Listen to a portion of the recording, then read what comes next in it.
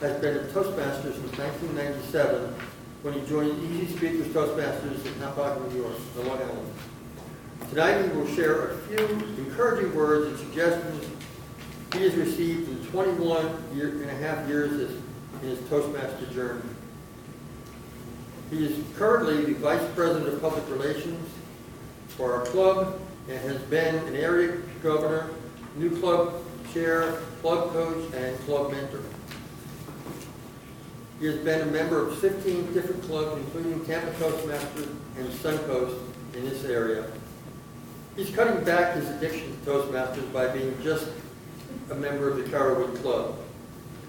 Now, Jim doesn't think of himself as an overnight sensation. In fact, pauses, vocal variety, and riveting eye contact are each his nemesis on the road to awesome speakers. Jim.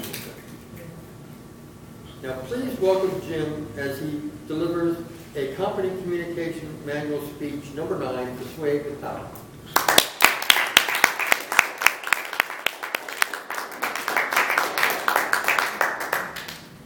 Hi, my name is Jim, and I'm an addict. I've been an addict for quite some time.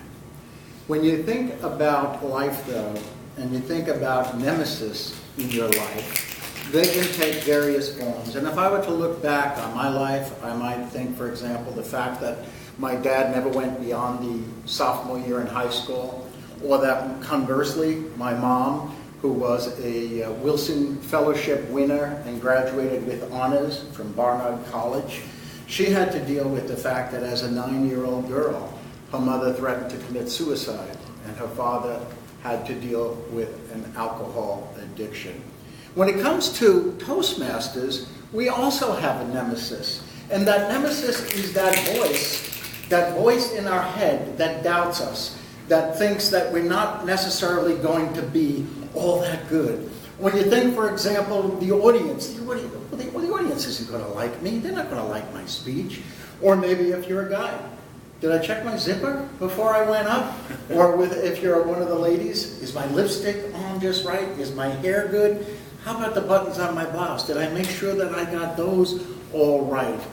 And I think, though, that what we need to do is, instead of listening to that voice of negativity, we have to hear those voices of positivity, the ones that give us the helping hand that in life everyone has given us, or from time to time maybe we've given someone else that helping hand. So when I deliver a speech and I have the opportunity to address a Toastmaster group or another group, I try to remember those good voices, those voices of encouragement. And I think back to instances where people have given me that feedback that is so empowering and so powerful. I remember early on, maybe I was just in Toastmasters 6 months, and there I was delivering my very first speech at Mad Toastmasters. Well, they weren't as crazy as some of the people in this club. They happened to meet on Madison Avenue, hence the name Mad Toastmasters. But that very first speech, someone came up to me afterwards who was a voice coach. I'll call her Betty. And Betty said to me, "You memorized your speech, didn't you?" I said, "Yeah. How did you know?" She said, "Well, I saw your eyes roll back in your head twice as you were trying to find your space in where you were in your speech." So I said, "Well, what should I do?" She said, "Don't memorize your speech. Rehearse your ideas." And so that has always been very powerful for me. And I realized that's one of the reasons why I can deliver a back pocket speech, because it doesn't need to be as perfect as I was or tried to be when I delivered that very, very first icebreaker. So that was very important. And it's also important to remember that with those nerves, you tend to speak more quickly when you're delivering a speech than when you practice it. That's the case for about 9 out of 10 people. So try practicing a little bit slower, and also think about the words that you deliver, and maybe even once in a while throw in a pause.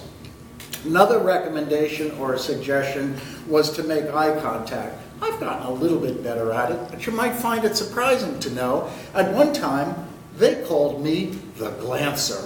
I was the glancer. I made eye contact, but it was pretty fleeting.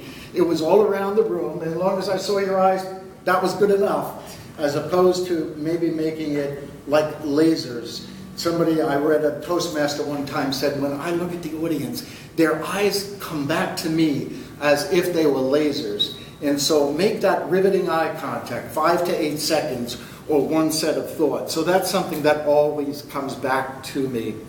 Yes, 21 and a half years, I am still working on something called pauses. And I have had people say, well, that was a great speech. It was really, really well done. But why don't you pause every once in a while? Now, with reference to great, I know that John Morse isn't here, so they weren't really great because it wasn't the Gettysburg Address and it wasn't Dr. King by the Lincoln Memorial. But it's that emphasis about pausing. And I was trying to figure out for the longest time, well, I think I'm pausing, and people would say, no, you're just talking real fast, and every once in a while you breathe. But Olivia Schofield, who was on the world stage and was eliminated as the world champion of public speaking, of course, much to my enjoyment, she went over time. She said 2 years ago, she said to fail to pause is to deny your audience the opportunity to digest what you're sharing. And I've been working on pauses since then. Now, another area is the audience. Somebody suggested, make sure you know who the audience is before you get there. Find out what the audience expectations are. And also, when it comes to the audience, when you think of your speech, perhaps think of the ending to your speech before you even begin the speech itself. What do you want the audience to take away from you? Because without the audience, it's really not going to be that successful. Let me tell you, one thing that's very difficult about doing a speech about public speaking on a night like this is try to find quotes by mob bosses about public speaking and the value of public speaking. However, let me share with you what John Gotti, the Teflon Don, said. He said, I never lie to any man because I don't fear anyone. The only time you lie is when you are afraid. John Gotti, the Teflon Don. I don't think that's entirely true. I think each and every one of us is afraid at some time. Maybe whether it's impromptu speech, maybe it's that you have to give a speech at work, whatever it might be. Just remember that that nervousness is the energy that allows you to succeed. Somebody said to me a number of times, it didn't sound like you were giving a speech. It sounded like you were having a conversation. So I believe that you are conversational when you tell a story.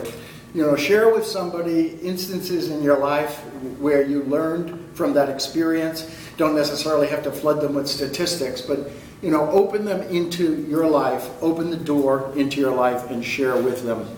Now, I also believe that stagecraft is very important. In 2007, I had one of my love notes, and somebody at the Suncoast Toastmasters said, don't go too far forward. Make sure that they can see your face. And I think that stagecraft is so much more than that. It's about using the entire stage, which I could probably do a little bit better tonight, but maybe different components of your speech, different times of your speech, you're using different areas of the stage. So I think that that is also something that resonates with me.